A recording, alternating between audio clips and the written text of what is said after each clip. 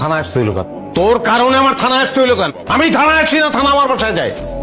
মন্ত্রীর সঙ্গে মিটিং, সেটা ক্যান্সেল করে আসতে হইল আবার। স্যার আমার কি দোষ? এরা তো কোনো কথাই শুনলো না। আমার পরিচয় দাস নাই? দিছি কয় কোনো মন্দির ফন্দির টাইম নেই। স্যার আমি চিনি। কনগ্রাচুলেশন, বিশাল ক্ষমতাশালী জায়গায় তুই চলে আসছো। কি হচ্ছে আমার এখানে? কে আপনি?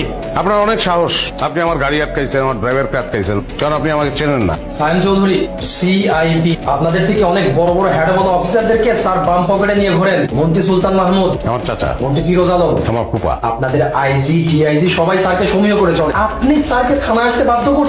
এই কথা বলো না। প্রত্যেকটা সেকেন্ডের দাম আছে, সামান্য একটা গাড়ির জন্য এত সময় তো আমি দিতে পারবো। স্যার মন্ত্রী কল করে স্যার লাঞ্চের দাওয়াত দিয়েছে। ডিআইজি পারভেজকে ফোন দাও। জি স্যার। আমরা মনে হয় ভুল করে ফেলছি। আসসালামু আলাইকুম স্যার, আপনার সাথে কথা বলবে স্যার। আমি সরি আপনাকে ফোন করতে বাধ্য হলাম। আমি চাই একজন ওসি সাসপেন্ড হোক, এবং সেটা রাইট নাও। না, তাকে সাসপেন্ড কেন করতে হবে সেটা শুনবেন না আপনি? স্যার সরি, আসলে একটা মিসআন্ডারস্ট্যান্ডিং হয়ে গেছে। I am extremely sorry. আচ্ছা, আমি আপনাকে পরে জানাচ্ছি। দুইটা শর্ত আছে। 1 নম্বর শর্ত, আমার গাড়িটা যে লোক আটকিয়েছে তাকে স্যার আমি ইমিডিয়েট সাসপেন্ড করার ব্যবস্থা করে দিব। স্যার চুপ কর। চলো মতিন। আমি বলবো আপনাকে। স্যারের দ্বিতীয় শর্ত হচ্ছে আপনাকে জরিমানা গুনতে হবে 10 লক্ষ টাকা। আপনি যদি আপনার চাকরি বাঁচাতে চান তাহলে ইমার্জেন্সি এই অ্যাকাউন্টে টাকাটা পাঠিয়ে দিবেন।